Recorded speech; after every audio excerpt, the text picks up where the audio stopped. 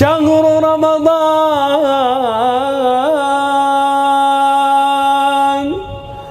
رمضان الذي أنزل فيه القرآن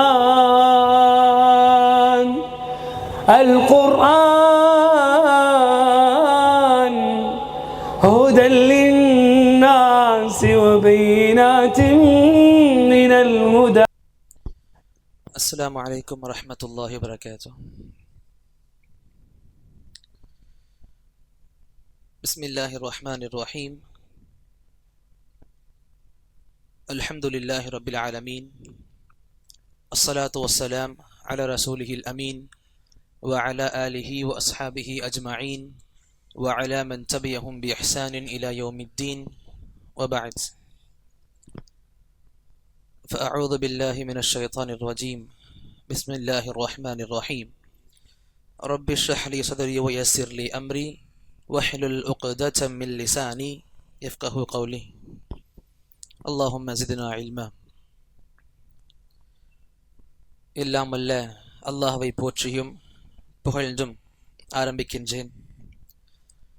எனது அருமை இஸ்லாமிய சொந்தங்களே, சஹாபாக்கள் சம்பந்தமாக, அதிலும் குறிப்பாக சிறந்த சஹாபாக்கள் சம்பந்தமாக, அதிலும் குறிப்பாக அபூபக்கர் ரலியல்லாஹு அன்ஹு எனும் மிகப்பெரிய ஆளுமையை பற்றி முடிந்த அளவிற்கு அல்லாஹுடைய நாட்டப்படி தெரிந்து கொண்ட பிறகு, அல்ஹம்துலில்லாஹ், அவரை அடுத்து அதிக சிறப்புக்கு சொந்தக்காரரான இரண்டாம் நபராக நபி அலைஹிஸ்ஸலாத்து வஸ்ஸலாம் பெயரை சொல்லி இவர் சுவனவாசி எனும், அதாவது உமரு ஃபில் ஜன்னah, உமர் சுவனத்தில் இருப்பார் எனும் இந்த சுப செய்தியை நபி அளிக்க, இந்த சுப செய்திக்கு சொந்தக்காரரான உமர் ரலியல்லாஹு அன்ஹு அவர்களை பற்றின ஒரு சில முக்கியமான விஷயங்களை தெரிந்து கொள்ள இங்கு ஒன்று கூடியிருக்கிறோம். அல்லாஹ்வின் நல்லடியார்களே, உமர் ரலியல்லாஹு அன்ஹு அவர்களை பற்றி பேசும் பொழுது, இஸ்லாத்தினுடைய இரண்டாம் ஹலீஃபாவாக, அமீருல் முஃமினாக இருந்தவர் உமர் ரலியல்லாஹு அன்ஹு. அவர்களின் பெயர் உமர் பின் கத்தாப் ரலியல்லாஹு அன்ஹு. அவங்களுடைய குன்யத் அபு ஹஃப்ஸ். இதுக்கு முன்னாடி அபூபக்கர் ரலியல்லாஹு அன்ஹு அவங்கள பத்தி பார்த்திருந்தோம். அவங்களுடைய பெயர் என்னது? அப்துல்லாஹ் பின் உஸ்மான் ரலியல்லாஹு, மாஷா அல்லாஹ். அதே போல இங்கே உமர் பின் கத்தாப் ரலியல்லாஹு அன்ஹு அவர்களுடைய குன்யத் அபு ஹஃப்ஸ் ரலியல்லாஹு அன்ஹு. இவங்களுடைய பிறப்பு சம்பந்தமாக பார்க்கும்போது, ஆமுல் ஃபீல் பத்தி முதல் தெரிஞ்சுக்கிட்டோம்ல, அந்த யானை சம்பவம் நடந்த ஆண்டு. அந்த ஆமுல் ஃபீல்ல இருந்து 13 ஆண்டுகள் கழித்து பிறந்த ஒரு நபர் உமர் ரலியல்லாஹு அன்ஹு. அந்த அடிப்படையில் பார்க்கும் பொழுது நபியை விட 13 வயது சிறியவர் ஸல்லல்லாஹு அலைஹி வஸல்லம். அதே போன்று அபூபக்கர் ரலியல்லாஹு அன்ஹு அவர்களை விட கிட்டத்தட்ட 10-10.5 வருடங்கள் சிறியவராக இருக்கிறாங்க உமர் ரலியல்லாஹு அன்ஹு. உமர் ரலியல்லாஹு அன்ஹு அவங்களை பத்தி நம்ம இப்படியும் சொல்லிக்கலாம், அல்லாஹுடைய நபி அலைஹிஸ்ஸலாத்து வஸ்ஸலாம் அல்லாஹ் கிட்ட கேட்டு வாங்கினவங்க உமர் ரலியல்லாஹு அன்ஹு. எப்படின்னா, இஸ்லாம் ஏற்கிறதுக்கு முன்னாடி உமர் ரலியல்லாஹு அன்ஹு அவங்களுடைய நிலை ரொம்ப வேறமா இருந்துச்சு. இஸ்லாத்தின் மிகப்பெரிய எதிரிகள்ல இவங்களும் ஒருத்தராக இருந்தாங்க. இஸ்லாம், நபி அலைஹிஸ்ஸலாத்து வஸ்ஸலாம் மக்களுக்கு இஸ்லாம் பரப்பிட்டு இருக்கிறாங்க. இந்த இஸ்லாத்தை கண்ட முஷ்ரிக்கீன்கள் எதிரிகளாக மாறுறாங்க இஸ்லாமுக்கு. அப்படி இஸ்லாத்தின் எதிரிகள்ல மிகப்பெரிய எதிரிகள்ல ஒருத்தராக இருந்தவர் தான் உமர் ரலியல்லாஹு அன்ஹு. வெறும் இஸ்லாத்தின் எதிரியாக மட்டும் இருந்ததோடு கிடையாது, இன்னும் இஸ்லாமை ஏற்றுக்கொண்ட சஹாபாக்களுக்கு நிறைய சோகங்களை கொடுத்தாங்க, நிறைய துன்பங்களை கொடுத்தாங்க, நிறைய சித்திரவதைகள் செஞ்சாங்க. எல்லாருக்கும் தெரிஞ்ச சம்பவம் நினைக்கிறேன். ஜுனைரா ரலியல்லாஹு அன்ஹா, அவங்களுக்கு ஜின்னிரான்ற இன்னொரு வேற மாதிரியும் சொல்லுவாங்க, ரலியல்லாஹு அன்ஹா. அவங்க இஸ்லாம் ஏற்றுக்கொண்ட காரணத்தினால் உமர் ரலியல்லாஹு அன்ஹு அவங்கள சரமாரியாக அடிச்சாங்க. நல்லா அடிச்சாங்க. எந்த அளவுக்கு அடிப்பாங்கன்னா, அடிச்சு அடிச்சு உமர் ரலியல்லாஹு அன்ஹு அவங்களே சோர்வு அடைஞ்சிருவாங்க, டயர்ட் ஆயிடுவாங்க. அந்த இஸ்லாமிய பெண்மணி சுப்ஹானல்லாஹ் தன்னுடைய இஸ்லாத்தை விட்டு கொடுக்க மாட்டாங்க. நமக்கே தெரியும் உமருடைய வீரத்தை பத்தி. சுப்ஹானல்லாஹ் அவங்க அடிச்சு அடிச்சு அவங்களே சோர்வடைவாங்க, டயர்ட் ஆயிடுவாங்க. ஆனா இந்த பெண்மணி இஸ்லாத்தை விட்டு கொடுக்க மாட்டாங்க. இந்த அளவுக்கு ரொம்ப கடுமையாக நடந்துகிட்டாங்க முஸ்லிம்களுக்கு மத்தியில. இப்படியே நாட்கள் கழிஞ்சுகிட்டு இருக்கு. மக்கால முஸ்லிம்களுடைய எதிர்காலம் கேள்விக்குறியாது. முஸ்லிம்கள் இஸ்லாமை ஏத்துக்கிட்ட சஹாபாக்களை அதிகமாக துன்புறுத்துதல் எல்லா பக்கமும் நடந்துகிட்டு இருக்கு. நபியையுமே மக்கள் சோதிக்க ஆரம்பிக்கிறாங்க. நபியின் மீது நிறைய விஷயங்கள் தப்பு தப்பான வார்த்தைகளும் சரி, நபிக்கு எதிரான கெட்ட நடவடிக்கைகளும் சரி மக்கள் எடுக்க ஆரம்பிச்சுட்டாங்க. அப்ப இந்த அளவுக்கு காலம் மோசமாக இருக்கும் பொழுது நபி அலைஹிஸ்ஸலாத்து வஸ்ஸலாம் அல்லாஹ் கிட்ட உதவி கேட்டாங்க. அல்லாஹ் இஸ்லாத்திற்கு உதவி செய். எப்படிப்பட்ட வார்த்தைகள் சுப்ஹானல்லாஹ். நிறைய படிப்பினைகள் நமக்கு இதுல கிடைக்கும். நபி அல்லாஹ் கிட்ட கேட்டிருப்பாங்க, அல்லாஹும்ம அஇஸ்ஸல் இஸ்லாம பி ஹாதைனி அர்ரஜுலைனி பி அஹப்பி ஹாதைன் அர்ரஜுலைனி இலைக். அல்லாஹும்ம அஇஸ்ஸல் இஸ்லாம் பி அஹப்பி ஹாதைனி ரஜுலைனி இலைக் பி அபி ஜஹல் அவு பி உமர் இப்னுல் கத்தாப். அதாவது நபி சொல்லுவாங்க, யா அல்லாஹ் இந்த மக்கா மாநகரத்துல பெரிய ஆளுமைகள்னு பார்த்து 2 பேர் இருக்காங்க. ரொம்ப பெரிய செல்வாக்குள்ள மனிதர்கள் 2 பேர் இருக்காங்க. அதுல அபூ ஜஹல் ஒருத்தர், இன்னொருத்தர் உமர் பின் கத்தாப். இந்த இருவர்ல உனக்கு யாரு அதிக நேசமான நபரா இருக்கிறாரோ அவரை கொண்டு இஸ்லாத்துக்கு உதவி புரியா அல்லாஹ். அதாவது 2 பேர் பெரியவங்களா இருக்காங்க, இந்த Abu Jahl Umar bin Khattab. இவங்க 2 பேர்ல உனக்கு யாரு மிக நேசமானவரா இருக்கிறாங்களோ அவர்களை கொண்டு இஸ்லாத்திற்கு உதவிடுயா அல்லாஹ். அல்லாஹ் கிட்ட கேட்டாங்க. அப்ப இந்த துவாவின் வெளிப்பாடுதான் அபூ பக்கர் ரலியல்லாஹு அவங்களுக்கு பிறகு உமரை இந்த இடத்துக்கு கொண்டு வந்து கொடுத்துச்சு. சுப்ஹானல்லாஹ் ரலியல்லாஹு அன்ஹும்.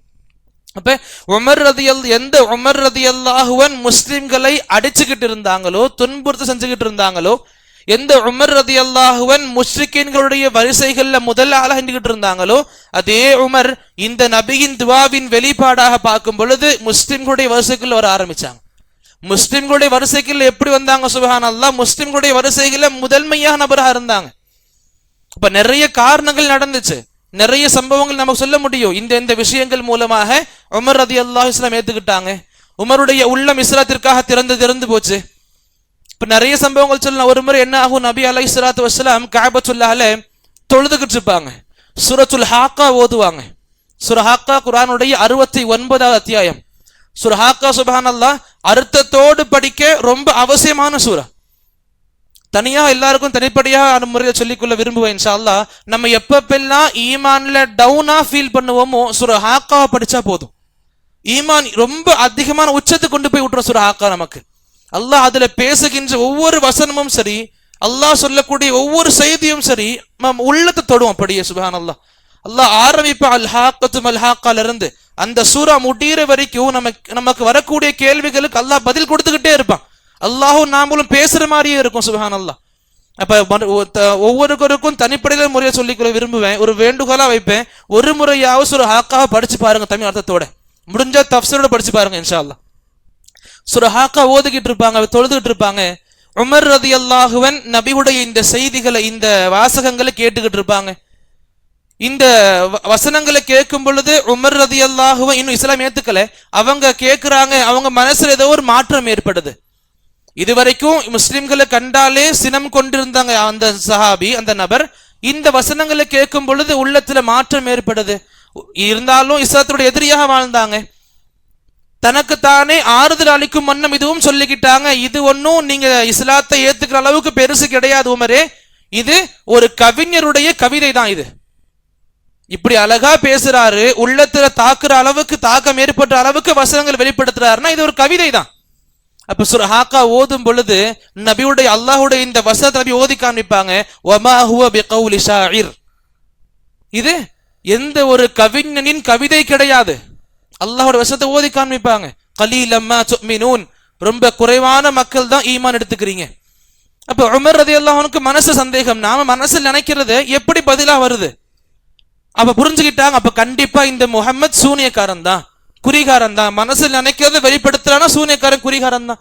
அடுத்த வசனமே முகமது ஓதி காமிக்கிறாங்க, வலா பிகௌலி காஹின், எந்த ஒரு குறிகாலனின் பேச்சும் கிடையாது. இது கலீலம் மா ததக்கரூன், நீங்க ரொம்ப கம்மியான முறையில தான் படிப்பினை எடுத்துக்கிறீங்க. அப்ப இந்த பதிலும் வருது. பிறகு மனசுல யோசிக்கிறாங்க, இது கவிதையும் கிடையாது, குறிகாரன் சூனியக்காரனுடைய பேச்சும் கிடையாதுன்னா பிறகு என்னது இது? அடுத்த வசனம் ஓதுறாங்க, தன்சீலும் மிர் ரப்பில் ஆலமீன், ரப்புல் ஆலமீனிடம் இருந்து இறங்கப்பட்ட இறை அருள் அது. அப்ப இந்த விஷயங்களை பார்த்து உமருடைய உள்ளம் இஸ்லாத்தின் பால் கொஞ்சம் இலகுவாகுது. இது எல்லாம் ஒரு சில காரணங்களாக அமையலாம். ஆனா அடிப்படையான விஷயம் என்னது? நபி அலைஹிஸ்ஸலாத்து வஸ்ஸலாமுடைய இந்த துஆ. அல்லாஹ் கிட்ட நபி கேட்டாங்க, எனக்கு இந்த இருவர்ல ஒருத்தரை கொடு, இந்த இருவர்ல ஒருவரை கொண்டு இஸ்லாமுக்கு பலம் சேர்த்துக்கூடிய அல்லாஹ். அப்ப இதுல என்ன படிப்பினை எடுத்துக்கொள்ள முடியும் நமக்கு அப்படின்னா, நாம கண்டிப்பா தஅவா பண்ணிக்கிட்டு தான் இருக்கோம். அல்ஹம்துலில்லாஹ், இறை பண்ணி பண்ணிக்கிட்டு தான் இருக்கிறோம். அல்ஹம்துலில்லாஹ், கண்டிப்பா ஃபீல்டு ஒர்க் ரொம்ப முக்கியமான ஒண்ணு. ஆனா இதை மறந்துடக்கூடாது. அல்லாஹ் கிட்ட அவரை பற்றின துஆக்கள் அதிகமா கேட்கணும். நம்ம என்னதான் இறங்கி ஒர்க் பண்ணாலும் சரி, அல்லாஹ் கிட்ட துஆக்கள் அதிகமா இருக்கணும். யா அல்லாஹ், என்னால முடிஞ்ச வழியில இவங்களுக்கு இறை பண்ணி பண்ணிக்கிட்டு இருக்கேன், என்னுடைய முயற்சி இதோட முடிஞ்சிருச்சு. அஸ்ஸஅயு மின்னா, முயற்சி மட்டும் தான் பண்ண முடியும். அல் இத்மாம் மின் அல்லாஹ், யா அல்லாஹ் முடிச்சு கொடுக்கிறது நீ மட்டும்தான், நல்ல முறையில் முடிச்சு கொடுத்துரு யா ரப். இவங்களுக்கு இஸ்லாம் எடுத்து வச்சிரு. துஆக்கள் கண்டிப்பா இருக்கணும். இந்த துஆக்களுடைய வெளிப்பாடுல தான் பெரிய பெரிய மாற்றம் அல்லாஹ் கொடுப்பான். உங்களுடைய வாழ்க்கையை நமக்கு மிகச்சிறந்த அடையாளம். சுப்ஹானல்லாஹ், இஸ்லாம் ஏற்றுக்கிறதுக்கு முன்னாடி வரைக்கும் எந்த ஒரு முஸ்லிமும் எந்த ஒரு சஹாபியும் நினைச்சு கூட பார்த்திருக்க மாட்டாங்க உமர் இஸ்லாம் ஏத்துப்பாரான்னு சொல்லிட்டு. சஹாபாக்களே பேசுவாங்க. இந்த சம்பவங்கள் நமக்கு சான்றாக இருக்கும். இஸ்லாமுடைய ஆரம்ப கட்டத்துல முஸ்லிம்களுக்கு ரொம்ப அதிகமான துன்புறுத்தல் இருந்துச்சு. அப்ப என்ன பண்ணாங்க, முஸ்லிம்கள் ஹபஷா நாட்டுக்கு ஹிஜ்ரத் பண்ணி போறாங்க. அப்படி போகும் பொழுது ரெண்டு சஹாபாக்கள், ஒரு கணவன் மனைவி, ஒரு ஜோடி, ரெண்டு பேர் இருக்கிறாங்க. லைலா ரலியல்லாஹு அன்ஹா, அவங்களுடைய கணவர் ஆமிர் ரலியல்லாஹு அன்ஹு. இந்த ரெண்டு பேரும் ஹபஷாவுக்கு போலான்னு சொல்லி ஹிஜ்ரத் பண்ண போறாங்க. உமர் ரலியல்லாஹு தடுக்கிறாங்க. உமர் ரலியல்லாஹு தடுத்த பிறகு அப்ப இன்னும் இஸ்லாம் ஏத்துக்கல, உமர் தடுக்கிறாங்க. இவங்க ரெண்டு பேருக்கு புரிஞ்சிருச்சு, வெளியே போறோம், இவங்க தடுத்துட்டாங்க, இனி நமக்கு நல்ல அடி இருக்குது நமக்கு. அப்ப உமர் கேட்கறாங்க, எங்க போறீங்க? அப்ப அந்த சஹாபிகள், அந்த சஹாபியா சொல்லுவாங்க, நாங்க இங்க இருந்து அல்லாஹ் வணங்குறதுக்கு நீங்க தான் அனுமதி கொடுக்க மாட்டீங்களே, எங்களுக்கு சுதந்திரம் கொடுக்க மாட்டீங்க, நாங்க சுதந்திரமாக எங்களுடைய ரப்பை வணங்குறதுக்கு சுதந்திரமா இடத்தை நோக்கி போறோம். இந்த வார்த்தைகளை சொன்ன பிறகு உமர் ரலியல்லாஹு சொல்லுவாங்க, ஸஹீபக்குமுல்லாஹ், அல்லாஹ் உங்களுக்கு இருப்பான், போயிட்டு வாங்கன்னுவாங்க. அப்ப அந்த சஹாபாக்கள் ரெண்டு பேருக்கும் ஒண்ணுமே புரியாது, இன்னும் இஸ்லாமை ஏத்துக்கல, நமக்கு துஆ பண்ணி அனுப்புறாங்க, என்னவா இருக்கும்? அப்ப லைலா ரலியல்லாஹு அன்ஹா கனவு கிட்ட சொல்லுவாங்க, எனக்கு தெரிஞ்சு உமருடைய மனசுல இஸ்லாத்தின் தாக்கம் இருக்கு போல, இஸ்லாம் ஏற்றுக்கொள்ளக்கூடிய ஒரு வாய்ப்பு வருது போல, உமருடைய இஸ்லாத்தின் அறிகுறியா இருக்கு.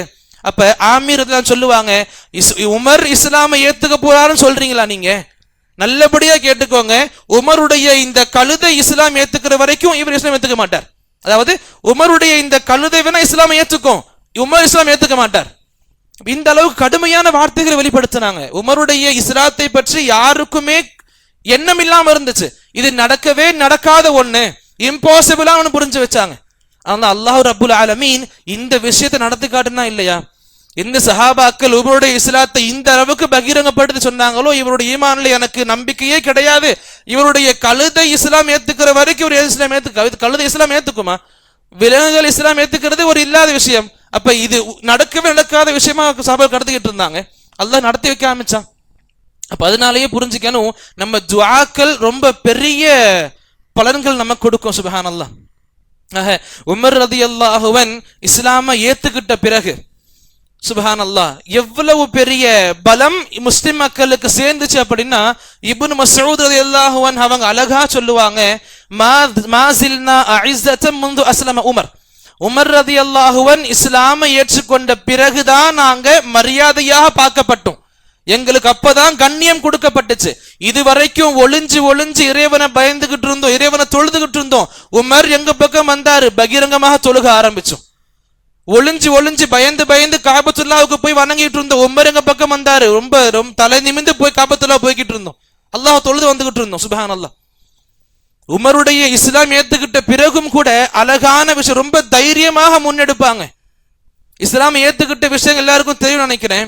அப்ப இஸ்லாம் ஏத்துக்கிட்ட பிறகு சஹாபாக்கள் மத்தியில உமர் தான் கேட்கிறாங்க, இங்க அதிகமாக மக்கால ரொம்ப சீக்கிரமாக செய்திகளை பரப்புறவங்க யாரு, ரொம்ப சீக்கிரமாக செய்திகளை ஸ்ப்ரெட் பண்றவங்க யாரு? அப்ப சஹாபாக்கள் சொல்றாங்க, ஜமீல் பின் மஅமர்னு ஒருத்தர் இருக்காரு, அவர் தான் செய்திகளை ரொம்ப சீக்கிரம் மக்கள் மத்தியில பரப்பி விடுவார்.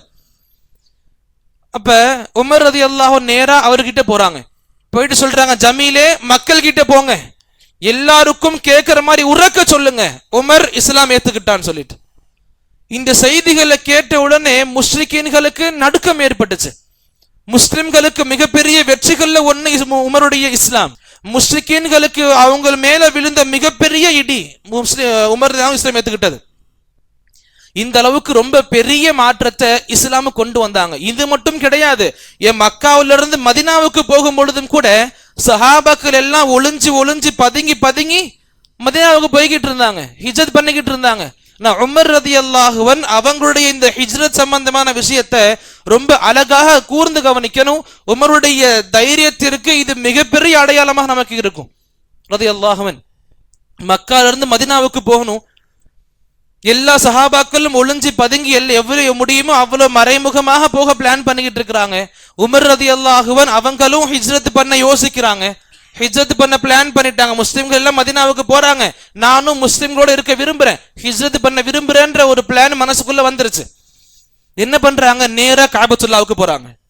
காபத்துல்லாவுக்கு போய் அங்க அறிவிப்பு செய்யறாங்க, மக்களே காது திறந்து கேட்டுக்கோங்க, நாளைக்கு உமர் ஹிஜ்ரத் பண்ண போறான், நாளைக்கு உமர் மக்கா விட்டு மதினாவுக்கு ஹிஜ்ரத் பண்ண போறான். உங்கள யாருக்கு தன்னுடைய தாய் தன்னை தொலைத்தாலும் பரவாயில்லன்ற எண்ணம் இருக்குதோ, உங்களில் யார் தன்னுடைய தன்மை தன்னுடைய தாய் ஒப்பாரி வச்சாலும் பரவாயில்ல எண்ணம் இருக்குதோ, நாளைக்கு உமர் வந்து தடுக்கட்டும். அதாவது யார் மௌத்த விரும்புறீங்களோ நாளைக்கு வந்து தடுத்து பாருங்க. என்ன ரொம்ப வீரமான வாசகத்தை வெளிப்படுத்தி வெளிவந்தாங்க. எல்லாருக்கும் வெளிப்படையாக சொல்லி பகிரங்கமாக செய்து பகிரங்கமாக ஹிஜ்ரத் பண்ணாங்க. சுப்ஹானல்லாஹ். இந்த அளவுக்கு பெரிய விஷயங்கள், ரொம்ப தைரியத்தின் மிகப்பெரிய ஒரு அடையாளமாக நமக்கு திகழக்கூடியவர் தான் உமர் ரலியல்லாஹு அன்ஹு.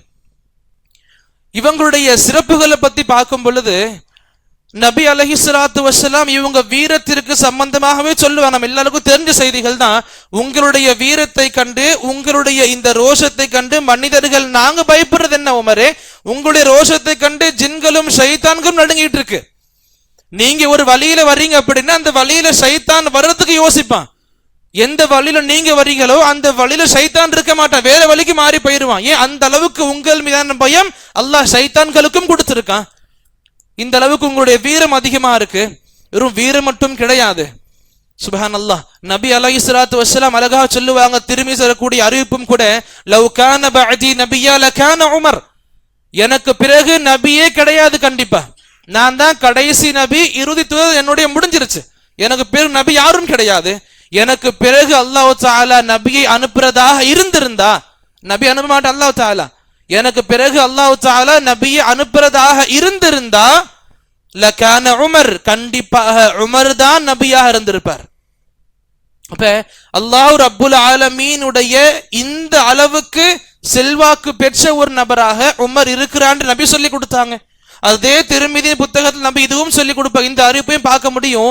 இன்னல்லாஹ தஆலா ஜஅலல் ஹக்க அலா லிசானி உமர் வ கல்பிஹி, அல்லாஹ் தஆலா சத்தியத்தை உமரின் நாவிலும் உமரின் உள்ளத்திலும் அல்லாஹ் விதிச்சிட்டான்.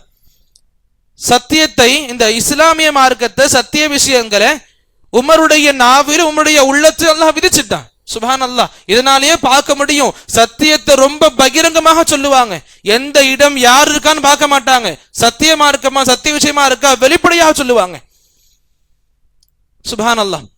இந்த சத்தியத்தை சத்தியம்னு சொல்றதும் அசத்தியத்தை அசத்தியம்னு சொல்றதுனாலேயே இவங்களுக்கு ஃபாரூக்ன்ற பட்டம் கொடுக்கப்பட்டுச்சு. ஃபாரூக்கு என்ன அர்த்தம்? பிரிச்சு காட்டக்கூடியவர்.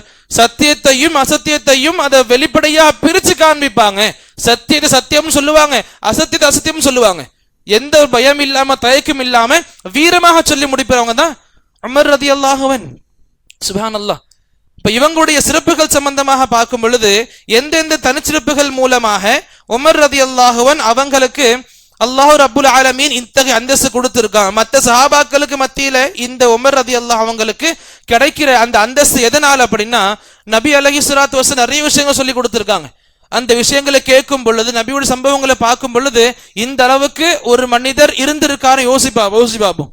சுப்ஹான் அல்லாஹ். நபி அலைஹிஸ்ஸலாத்து வஸ்ஸலாம், இந்த புகாரி முஸ்லிம் வரக்கூடிய ஹதீஸ், முத்தஃபகுன் அலைஹி ஹதீஸ் இது, சொல்லுவாங்க, மிஅராஜுடைய இரவுல சொர்க்கம் காட்டப்பட்ட, சொர்க்கத்துக்கு போனேன்.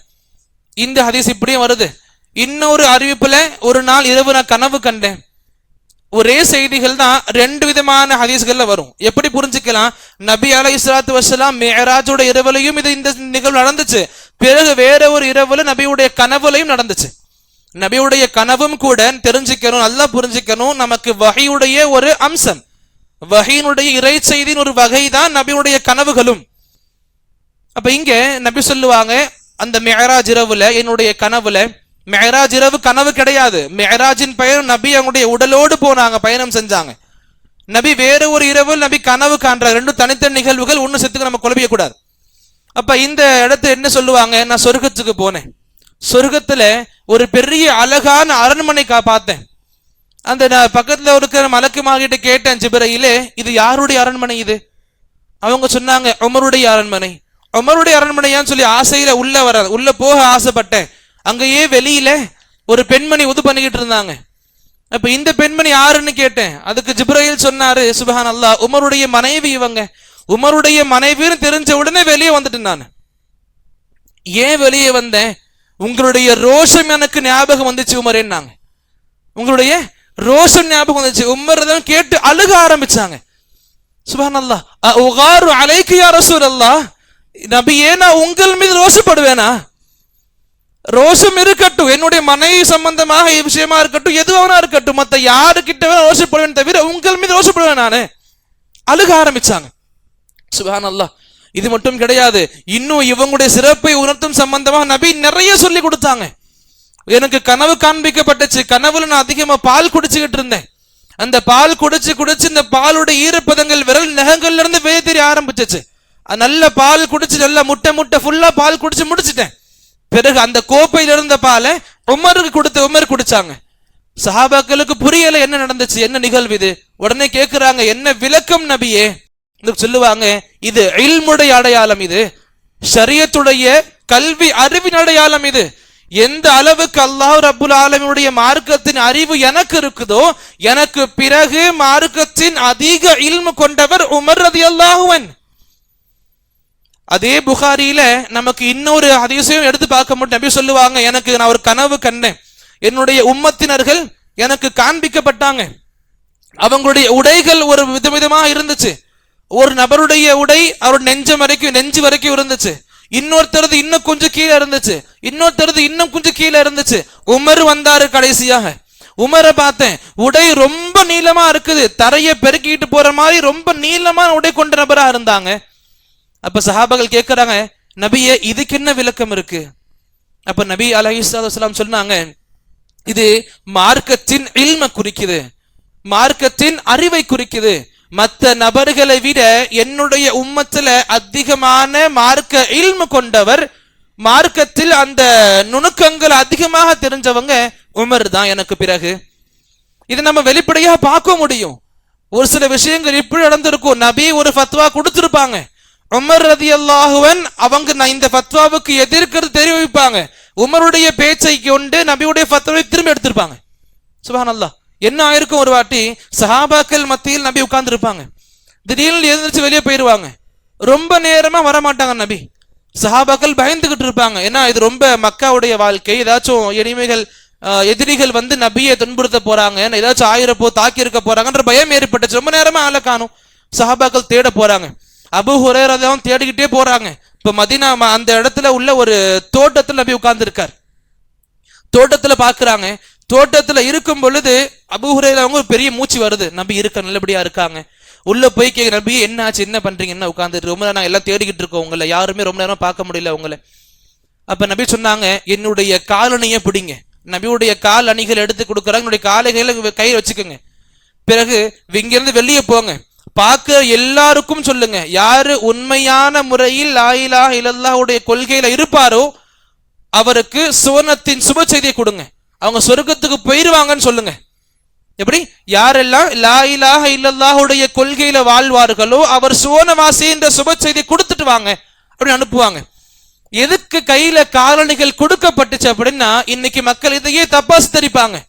ஒரு நபருடைய ரொம்ப பிடிச்ச விஷயத்தை நம்ம அதிகமா ரொம்ப பத்திரமா ஸ்டோர் பண்ணி வச்சுக்கலாம், இதுக்கு ஆதாரம் இருக்குன்னு சொல்லுவாங்க. இது அப்படிப்பட்ட ஹதீஸுக்கான விளக்கம் கிடையாது. நபி எதுக்கு தன்னுடைய காலணிகளை கொடுத்திருப்பாங்க அப்படின்னா, சுப்ஹானல்லாஹ், ரொம்ப நேரமாக சஹாபாக்கள் தேடிக்கிட்டு இருப்பாங்க, நபியை பார்க்கலன்ற ஒரு பயந்து போயிருப்பாங்க. அப்ப சொல்லுவாங்க, என்னுடைய காலணிகளை காமிங்க, நபி கிட்ட பேசிட்டு வந்திருக்கேன்னு மக்கள் நம்புவாங்க. உண்மையிலேயே முஹம்மது கிட்ட பேசிட்டு தான் வந்திருக்கேன், முஹம்மது சந்திச்சு வந்திருக்கேன்ற ஒரு இதுவே மக்கள் நம்புவாங்க ஸல்லல்லாஹு அலைஹி வஸல்லம். அப்ப வெளியே வராங்க, வெளியே வந்து பாக்குறாங்க, முதல் ஆளா யாரு வராங்க? உமர் வராரு.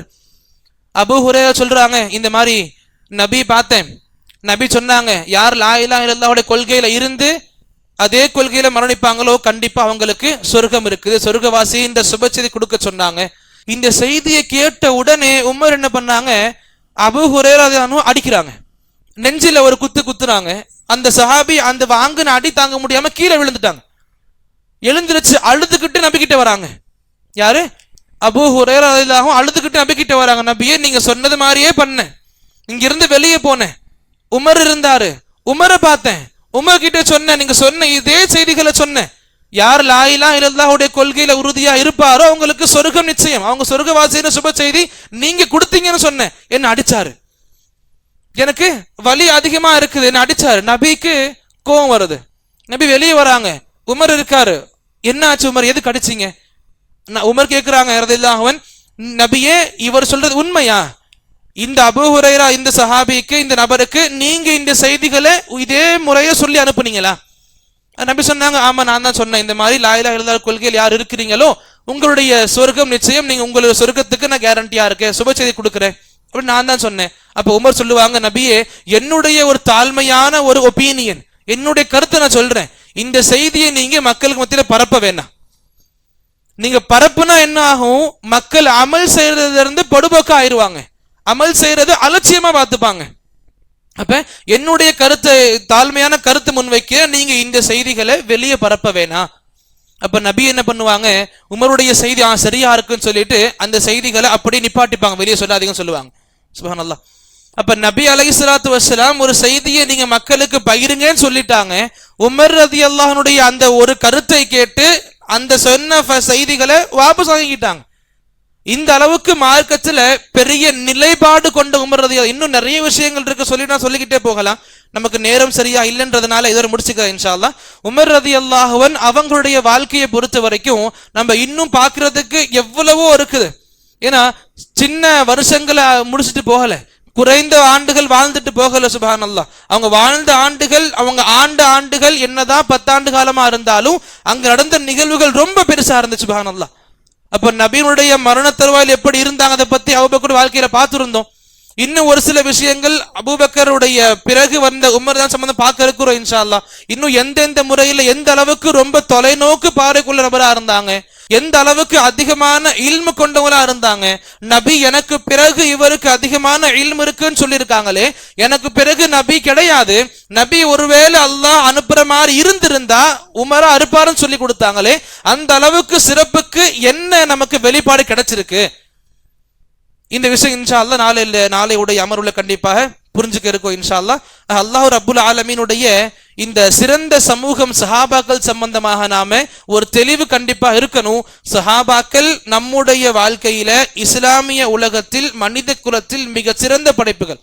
நபிமார்களுக்கு பிறகு ரொம்ப சிறந்த உள்ளம், இஸ்லாத்தின் மிக சிறந்த உயர்ந்த இடம் கொண்டவர்கள் சஹாபாக்கள். அதுல பிழை கண்டிப்பா கிடையாது. யாரு என்ன சொன்னாலும் நான் அடிக்கடி சொல்றதுதான், சொல்றவங்க என்ன வேணா சொல்லிக்கட்டும், சஹாபாக்களை பத்தி குறை சொல்லக்கூடிய நபரா இருந்தா கண்டிப்பா நம்ம அவங்களை கேட்க கூடாது, அவங்களை ஃபாலோ பண்ணக்கூடாது. எவ்வளவு பெரிய ஆலிமா வேணா இருக்கட்டும், சஹாபாக்கள் சம்பந்தமாக எந்த ஒரு சஹாபியா இருக்கட்டும், சிறப்பு மிக்க 10 சஹாபி கிடையாது, வேற சஹாபி பத்தி பேசுறாங்க, உமையா பத்தி பேசுறாங்க, அமீர் முஆவியா பத்தி பேசுறாங்க. யார பத்தி பேசினாலும் சரி, சஹாபி சம்பந்தமான தப்பான கருத்து யாரும் சொன்னாலும் தயவு செஞ்சு சொல்ற அவங்களுக்கு கண்டிப்பா கேட்காதீங்க. சஹாபாக்கள் சம்பந்தமான விஷயங்கள் அதிகமாக தேடி தேடி கத்துக்கோங்க. இன்ஷா அல்லாஹ் ஒவ்வொரு சஹாபியுடைய வாழ்க்கையை நம்முடைய இஸ்லாமை அதிகப்படுத்தி கொடுக்கும். இஸ்லாத்திற்காக, நம்முடைய இஸ்லாத்திற்காக எந்த அளவுக்கு தியாகம் பண்ணாங்க அவங்க எல்லாத்தையும் அதிகமா தெரிஞ்சுக்கலாம். இன்ஷா அல்லாஹ் அல்லாஹ்வுடைய இந்த சஹாபாக்களை சரியாக புரிந்து கொள்ளக்கூடிய பாக்கியத்தையும் சரி, அவர்கள் பயணம் செய்த பாதையில் பயணிக்கக்கூடிய உயர் பாக்கியத்தை நாம் அனைவருக்கும் வழங்குவனாக. அல்லாஹும்ம ஆமீன். வ ஆகிரு தஅவானா அனில் ஹம்துலில்லாஹி ரப்பில் ஆலமீன். அஸ்ஸலாமு அலைக்கும் வரஹ்மத்துல்லாஹி வபரகாத்துஹு.